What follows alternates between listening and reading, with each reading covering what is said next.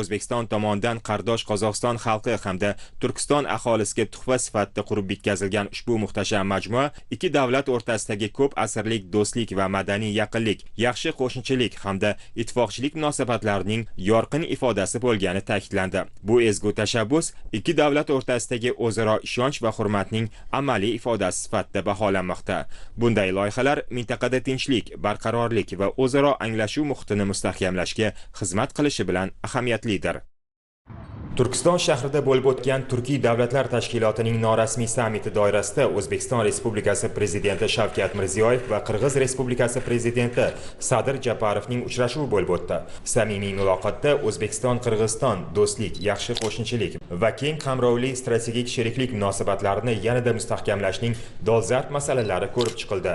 O'zaro savdo hajmi jadal o'sib, sanoat, qishloq, suv xo'jaligi va boshqa ustuvor sohalarda kooperatsiya loyihalari ilgari surilayotgani mamnuniyat bilan qayd etildi. Madaniy gumanitar almashinuvlar kengayib bormoqda.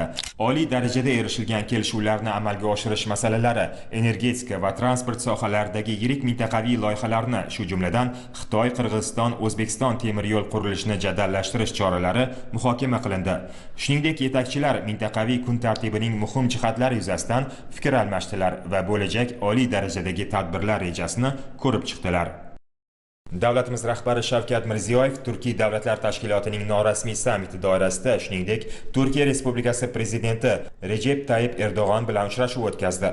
Suhbat avvalida davlatimiz rahbarining joriy yil yanvar oyida Anqaraga rasmiy tashrifi O'zbekiston-Turkiya keng qamrovli strategik sheriklik munosabatlarini yangi, yanada yuqori bosqichga olib chiqqani ta'kidlandi. Oliy darajada erishilgan muhim kelishuvlar ijrosi yuzasidan faol muloqot va almashinuvlar davom etayotgani, vazirlik va idoralar o'rtasida yangicha tizim yaratilgani natijasida ko'p qirrali hamkorlik aloqalari samarali rivojlanayotgani qayd etildi. Joriy yil boshidan buyon o'zaro tovar ayirboshlash hajmi, qo'shma korxonalar, mamlakatlar o'rtasidagi aviaqatnovlarning soni jadal o'sib bormoqda. Turk kompaniyalari ishtirokida salmoqli loyihalar portfeli shakllantirilib, ishlar izchil amalga oshirilyapti. O'zbekiston va Turkiya rahbarlari xalqaro hamda mintaqaviy ahamiyatga molik dolzarb masalalar yuzasidan ham fikr almashdilar. O'zbekiston Respublikasi Prezidenti Shavkat Mirziyoyev Turkiy davlatlar tashkilotiga a'zo mamlakatlar delegatsiyalari rahbarlari bilan birgalikda Turkiston shahrining tarixiy madaniy markazida bo'ldi. Delegatsiyalar rahbarlari Hazrat Sulton muzey qo'riqxonasining tashriflar markazi bilan tanishdi. Bu yerda ziyoratchilar va mehmonlarni qabul qilish, ko'rgazmalar tashkil etish hamda Turkistonning boy tarixiy madaniy merosini namoyish qilish uchun zamonaviy sharoitlar yaratilgan. Markazda o'rta asrlar davriga oid noyob merosni saqlash, o'rganish va keng targ'ib etishga qaratilgan doimiy muzey ekspozitsiyasi, noyob eksponatlar zali alohida o'rin tutadi. Ekspozitsiyada Xo'ja Ahmad Yassaviy maqbarasi bilan bog'liq nodir tarixiy yodgorliklar, jumladan 14-15 asrlarga mansub osor atiqalar, o'rta asrlar me'moriy va amaliy bezak san'ati hamda kulolchilik namunalari o'rin olgan. Maqbaraning asl eshigi, Xo'ja Ahmad Yassaviy qabri ustidagi yopinchiq, Amir Temur tomonidan hadya qilingan bronza shamdollar, shuningdek, Turkistonning qadimiy tarixini ochib beruvchi arxeologik va keramik topilmalar shular jumlasidan. Bunday yodgorliklar va madaniy loyihalar ma'naviy merosni asrab-avaylash, tarixiy xotirani mustahkamlash, mushtarak ildizlar, e'tiqod va an'analar bilan bog'langan qardosh xalqlarimizni yanada yaqinlashtirishda muhim ahamiyatga ega ekani ta'kidlandi. Oliy martabali mehmonlar Markaziy Osiyodagi islom me'morchiligining yorqin yodgorliklaridan biri, Qozog'istonning bosh ma'naviy markazi bo'lgan Xo'ja Ahmad Yassaviy maqbarasini ziyorat qildilar. 14-asr oxirida Amir Temur farmoyishiga binoan barpo etilgan ushbu maqbara bugungi kunda UNESCOning Butunjahon merosi ro'yxatiga kiritilgan bo'lib, Markaziy Osiyodagi o'rta asr islom me'morchiligining eng noyob va muhtasham namunalaridan biri hisoblanadi. Uning qurilishi 1389-1391 yillarda boshlanib, 14-asr oxiriga qadar davom etgan. Majmuani bunyod etishda Mavarannahr ustalari, shuningdek, boshqa hududlardan kelgan me'mor va naqqoshlar ishtirok etgan. Yetakchilar buyuk sofiy shoir va mutafakkir xotirasiga hurmat bajo keltirdilar. Turkiston shahrida O'zbekiston Respublikasi Prezidenti Shavkat Mirziyoyev ishtirokida Turkiy davlatlar tashkilotining norasmiy sammiti bo'lib o'tdi. Kongress markazida davlatimiz rahbarini Qozog'iston Respublikasi Prezidenti Qosim-Jomart To'qayev samimiy kutib oldi.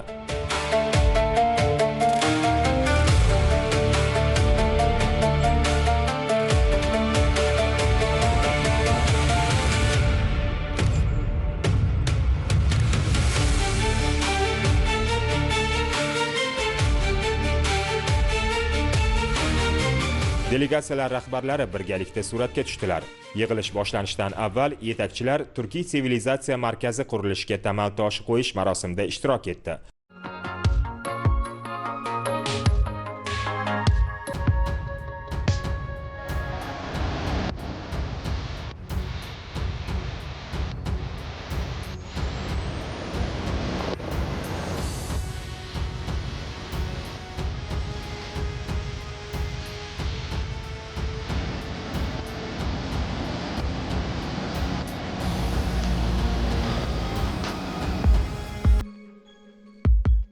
Qozog'iston tashabbusi bilan barpo etiladigan ushbu majmua turkiy xalqlarining mushtarak ildizlari, boy tarixiy madaniy merosi va sivilizatsiyalar birligini namoyon etishga xizmat qiladi. Loyiha turkiy dunyo mamlakatlari o'rtasida ilmiy, madaniy, gumanitar hamkorlikni kengaytirish, ma'naviy yaqinlikni mustahkamlash, umumiy qadriyat va an'analarni keng targ'ib etishga qaratilgan. Shundan so'ng yetakchilarga Qozog'istonning raqamli yechimlari hamda turkiy davlatlar tashkilotiga a'zo mamlakatlarning IT va sun'iy intellekt sohasidagi qo'shma tashabbuslari taqdimot qilindi.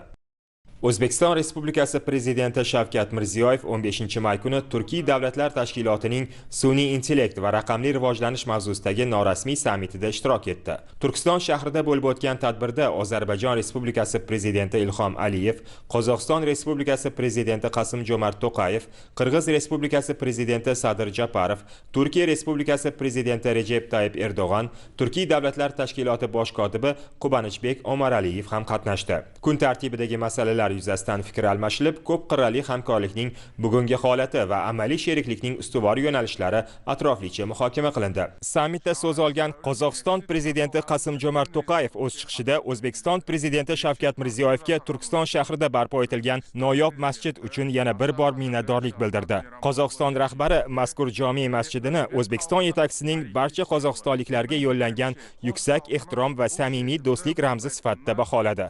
Bugun Turkistonda O'zbekistonning qo'lldauымен жаңа зәулім мешіт ашылған үлкен ризашылықпен атап өткім келеді. Bugun Turkistonda O'zbekiston tomonidan bunyod etilgan yangi muhtasham masjid ochilganini alohida mamnuniyat bilan ta'kidlamoqchiman. Bu ezgu tuhfa uchun O'zbekiston prezidenti muhtaram Shavkat Miromonovich Mirziyoyevga hamda qardosh o'zbek xalqiga samimiy minnatdorlik bildiraman. Mamlakatlarimizning ma'naviy hayotida ushbu masjid alohida o'rin tutadi. Bu maskan qozoq va o'zbek xalqlari birdamligining tarixiy ramzidir. Menimcha ushbu masjidga Miromon ota nomining berilishi ayni muddao bo'lar edi. Ikki qardosh xalq bu qarorni qo'llab-quvvatlashiga hech qanday shubha yo'q. Zero ushbu muqaddas maskan xalqlarimiz o'rtasidagi abadiy do'stlik va birodarlikka xizmat qilishiga ishonaman. Norasmiy sammitda davlatimiz rahbari nutq so'zlab, qator tashabbuslarni ilgari surdi. Kelesi söz O'zbekiston Respublikasining prezidenti Shavkat Miromonoğlu Mirziyoyevga beriladi. Hurmatli delegatsiyalar rahbarlari, hurmatli sammit ishtirokchilari. Avvalambor qadimiy va navqiron Turkiston shahrida Turkiy davlatlar tashkilotining norasmiy muloqotini o'tkazish tashabbusi, barchamizga ko'rsatilayotgan yuksak ehtirom va an'anaviy mehmondo'stlik uchun Qozog'iston Respublikasi prezidenti hurmatli Qasim-Jo'mart Kemelovich To'qayevga chin dildan tashakkur izhor etaman. Shuningdek, tuzilmamizning xalqaro nufuzini mustahkamlash yo'lida ulkan sa'y-harakatlarni amalga oshirayotgan Ozarbayjon Respublikasi prezidenti hurmatli Ilhom Geydarovich Aliyevga samarali raisligi uchun samimiy minnatdorlik bildiraman. Bugungi anjuman musulmon ummatining ulug' ayyomi muborak Qurbon hayiti arafasiga to'g'ri kelayotganida chuqur ramziy ma'no mujassam. Zero bizning qadimiy tariximiz, muqaddas dinimiz, madaniy va ma'rifiy ildizlarimiz, azaliy qadriyat va an'analarimiz mushtarak. Go'zal Turkiston shahri Buyuk Ipak yo'lining muhim savdo va madaniyat markazi hisoblangan. Mazkur zaminda ulug' ajdodimiz Hoji Ahmad Yassaviy hazratlari mangu orom topgan. Bu tabarruk biz uchun avvalo xalqlarimiz birligi va hamjihatligining yorqin timsolidir. Hozir hurmatli prezident Qasim-Jo'mart Kemelovichning xalqimizning qardosh Qozog'iston eliga do'stlik tuhfasi sifatida barpo etilgan muhtasham jome masjidi haqida bildirgan samimiy fikrlar uchun katta rahmat aytmoqchiman. Qozog'iston rahbariyatining Turkistonning me'moriy qiyofasini tubdan o'zgartirishga qaratilgan ulkan bunyodkorlik ishlari ushbu ko'rkam maskanning qardosh xalqlarimizning umumiy ma'naviy markazlaridan biriga aylantirishi shubhasiz. Hurmatli sammit ishtirokchilari, bugungi uchrashuvimiz jahonda turli ziddiyatlar tobora avj olayotgan davrga to'g'ri kelmoqda. Xalqaro munosabatlarda ishonch taqchilligi yanada kuchayib, global institutlarning o'rni va ta'siri borgan sari zaiflashmoqda. Bu muammolar bizdan o'zaro muloqotlarni faollashtirib, muhim masalalar bo'yicha uyg'un pozitsiyalarni ishlab chiqishni taqozo etmoqda. Shu nuqtai nazardan Turkiy dunyoning integratsiyasi bu xalqlarimiz taqdiriga bevosita daxldor bo'lgan uzoq muddatli strategik masaladir. So'nggi yillarda Turkiy davlatlar tashkiloti barqaror rivojlanish sur'atlarini namoyish etayotgan nufuzli tuzilmaga aylangan. Masalan, 2025-yilda davlatlarimizning umumiy iqtisodiy salohiyati 2.4 trillion dollardan oshdi va uning dinamikasi global o'sishdan 2 barobar yuqori bo'ldi. O'tgan yilning o'zida O'zbekistonning tashkilot mamlakatlari bilan savdo aylanmasi 14% ga o'sdi, 11 milliard dollar bo'ldi. Joriy yildan Turkiy investitsiya jamg'armasi operatsion faoliyatini boshladi. Markaziy banklar kengashi yashil moliyalashtirish bo'yicha Turkiy kengash ishi yo'lga qo'yildi. Bularning barchasi tashkilotimizning institutsional jihatdan tobora mustahkamlanib borayotganini yaqqol tasdiqlaydi. Qadrli do'stlar, oldimizda ko'p qirrali munosabatlarimizga tizimli tuz berish bo'yicha dolzarb vazifalar turibdi. Bugungi sammitning sun'iy intellekt va raqamli rivojlanish mavzusiga bag'ishlangani bejiz emas. O'lkalarimizda yashab ijod qilgan ulug' bobolarimiz Muhammad Xorazmiy, Ahmad Farg'oniy, Abu Rayhon Beruniy, Mirzo Ulug'bek algoritm, matematika, astronomiya va fizika fanlari rivojiga beqiyos hissa qo'shib, shu tariqa hozirgi sun'iy intellekt rivoji uchun asos yaratganlar. Biz ajdodlarimizning ana shunday bebaho merosiga tayanib, bugun Turkiy dunyoning yangi raqamli taraqqiyot davrini barpo etyapmiz. Bu yo'nalishda hamkorlikni rivojlantirish uchun bir qator tashabbuslarni ilgari surmoqchiman. Birinchidan, tashkilotimiz doirasida sun'iy intellekt sohasida strategik hamkorlik tarmog'ini shakllantirish bugungi davr talabi deb bilamiz. Bu samarali mexanizm orqali biz iqtisodiy o'sishning yangi nuqtalarini belgilash, bulutli va kvant hisoblash texnologiyalarini rivojlantirish, ochiq va zamonaviy yagona raqamli makonni yaratish imkoniga ega bo'lamiz. O'zbekiston so'nggi yillarda xorijiy investorlar bilan data markazlar yaratishga 6 milliard dollar sarmoya jalb etmoqda. Biz mintaqada data markazlarini yuqori tezlikdagi aloqa kanallari bilan bog'laydigan raqamli Turkiy koridor konsepsiyasini ishlab chiqishni taklif etamiz. Mazkur sohadagi amaliy aloqalarimizni yanada kuchaytirish maqsadida Toshkent shahrida a'zo davlatlar ishtirokida texnologiyalar forumini o'tkazishni reja qilganmiz. Ikkinchidan, ilm-fan, ta'lim va yoshlar masalalarida hamkorlikni chuqurlashtirish umumiy maqsadimiz. Ilmiy ma'naviy merosni puxta o'rganish va targ'ib etish uchun Toshkent shahrida barpo etilgan Islom sivilizatsiyasi markazi mintaqaviy yirik ilmiy ma'rifiy markazga aylanib bormoqda. Shu kunlarda majmuada Turksoyning ofisi ochilganini olqishlaymiz. Ushbu markaz Turksoy va Turkiy akademiya bilan tarixiy madaniy manbalarimizni yagona katta ma'lumotlar platformasiga jamlasa, xalqlarimiz uchun foydali ish bo'lar edi. Shu bilan birga, Yassaviy tariqatining bag'rikenglik va ma'rifatparvarlik g'oyalarini hamkorlikda chuqur o'rganish va keng targ'ib etishni taklif qilamiz. Xabaringiz bor, shu yil Xiva shahriga Turkiy dunyo yoshlari poytaxti maqomi berildi. Bu qaror ayniqsa o'g'il-qizlarimizga kuchli motivatsiya bag'ishladi. Tadbirlar doirasida yosh liderlar forumi va xalqaro yoshlar festivalini o'tkazishga tayyormiz. Aytish joizki, biz shiddat bilan o'zgarayotgan zamon talablariga mos va raqobatbardosh kadrlar tayyorlash maqsadida 5 million sun'iy intellekt yetakchilari dasturini amalga oshiryapmiz. Hozirga qadar bu loyiha orqali 1 milliondan ortiq o'g'il va qizlarimiz boshlang'ich ko'nikmalarga ega bo'lishdi. Yoshlarning istiqbolli startaplari, innovatsion ishlanmalari, sun'iy intellektga asoslangan turli yechimlarini moliyalashtirish uchun biz Qozog'iston bilan tuzayotgan qo'shma venture jamg'armasiga tashkilotning barcha a'zolarini qo'shilishga chorlaymiz. Uchinchidan, transport bog'liqligini yaxshilash uchun raqamli logistika platformalarini yaratish va integratsiya qilish dolzarbdir.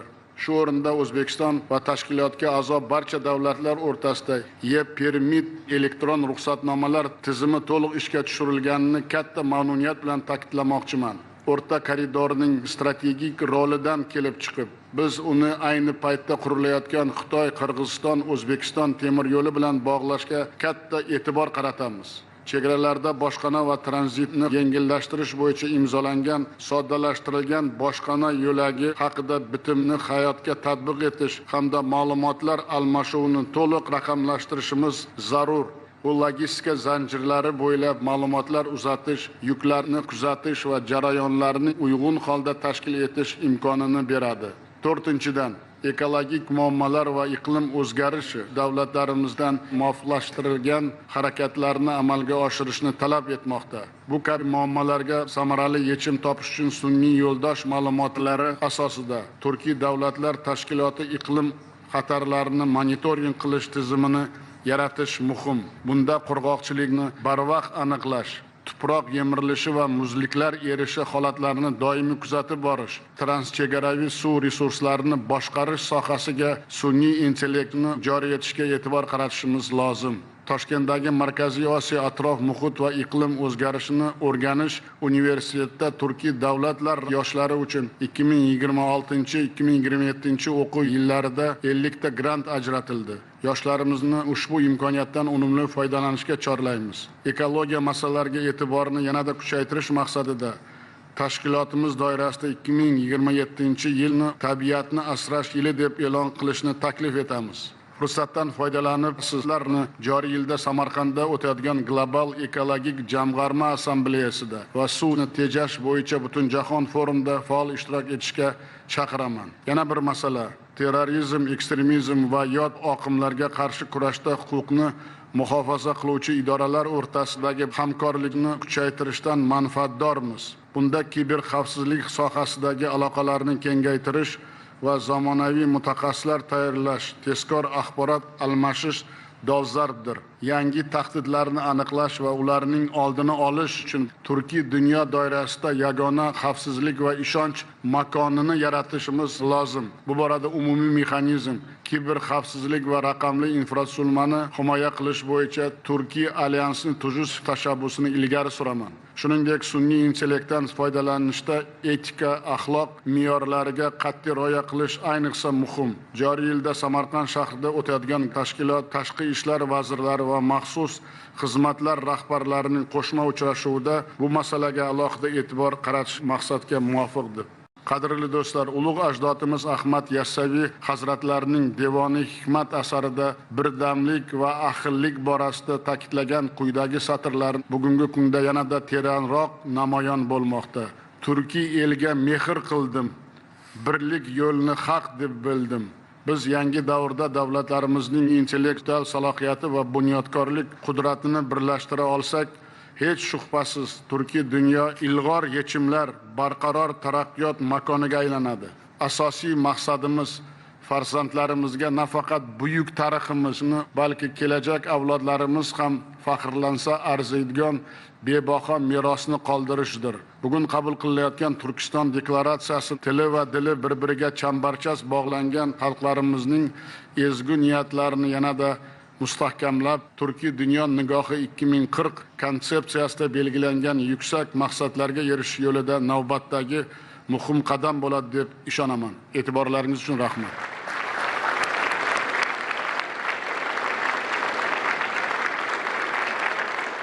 Hürmetli Şavkat Miramonulu, öte mazmundu sözünüz және нақты ұсыныстарыңыз үшін көп рахмет sizге. Sammitda so'z olgan Qirg'iz Respublikasi prezidenti Sadir Japarov Shavkat Mirziyoyev hamda butun O'zbekiston xalqini milliy terma jamoaning 2026-yilgi jahon chempionatiga tarixiy yo'llanmani qo'lga kiritgani bilan samimiy tabrikladi. Hurmatli sammitin katılışçıları uçurdan paydalanıp, Bordoş Türkiye jana Özbekistan'da futbol boyunca dünyoluk çempionatına çıkışı menen çın yürekten quttukdayman.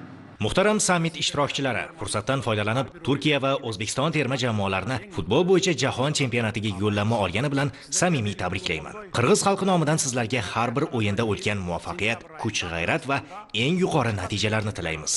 Turkiy Davlatlar Tashkiloti bosh kotibi Kubanchbek Omaraliyev o'z nutqida O'zbekiston Respublikasi prezidenti Shavkat Mirziyoyev tomonidan Gabala sammitida ilgari surilgan tashabbus asosida Turkiy Davlatlar Tashkiloti doirasida energetik hamkorlikning yangi yo'nalishi sifatida strategik ahamiyatga ega foydali qazilmalar bo'yicha alohida hamkorlik platformasi shakllantirilishi ma'lum qilindi. Ta'kidlanganidek, bu tashabbus Turkiy davlatlarini global texnologik transformatsiya sharoitida muhim xomashyo resurslari zanjirida faol ishtirok etuvchi strategik makonga aylantirishga xizmat qilishi mumkin. Seyrek kezdeşici mineralların ortasında o'sib жатқан байланыш көзгөчө көңүл буруп келебиz. Birlashgan Millatlar Tashkiloti prognozlariga ko'ra, sun'iy intellekt, raqamlashtirish hamda aqlli tarmoqlar rivojlanishi natijasida noyob va kamyob metallarga bo'lgan talab 2040-yilga borib 4 barobarga oshishi kutilmoqda. Shu munosabat bilan muhtaram prezident Shavkat Mirziyoyev janobi oliylari tomonidan ilgari surilgan tashabbusni qo'llab-quvvatlagan holda Turkiy Davlatlar Alyansi doirasida strategik minerallar yo'nalishida alohida hamkorlik mexanizmini yo'lga qo'yishni taklif etamiz. Turkiy Davlatlar Tashkiloti norasmiy sammitida so'zga chiqqan delegatsiyalar rahbarlari ko'p qirrali hamkorlikni yanada mustahkamlash va barcha ustuvor yo'nalishlarda strategik sheriklikni kengaytirish muhim ahamiyatga ega ekanini alohida ta'kidladilar. Uchrashuv davomida zamonaviy tahdid va chaqiriqlarga qarshi samarali javob qaytarishda qo'shma sa'y harakatlarini birlashtirish, shuningdek, barqaror taraqqiyot maqsadlari yo'lida Turkiy dunyoning intellektual, iqtisodiy va madaniy salohiyatini uyg'unlashtirish zarurligi qayd etildi. Ta'kidlanganidek, bugungi global jarayonlar sharoitida Turkiy davlatlar o'rtasidagi yaqin hamjihatlik nafaqat mintaqaviy barqarorlik, balki keng hududda tinchlik va iqtisodiy taraqqiyotni ta'minlashning muhim omili sifatida qaralmoqda. Liderlar o'zaro ishonch, hurmat va birlik Turkiy davlatlar o'rtasidagi munosabatlarni yanada chuqurlashtirish, umumiy maqsadlarga erishish hamda qardosh xalqlar farovonligini ta'minlashning mustahkam asosi bo'lib xizmat qilishiga ishonch bildirdilar. Sammit yakunida Turkiston deklaratsiyasi qabul qilindi. Shuning bilan O'zbekiston Respublikasi prezidenti Shavkat Mirziyoyev Turkiston shahriga amaliy tashrifni yakunlab, Toshkentga jo'nab ketdi. O'zbekistonning birinchi bort layneri Toshkentga qo'ndi.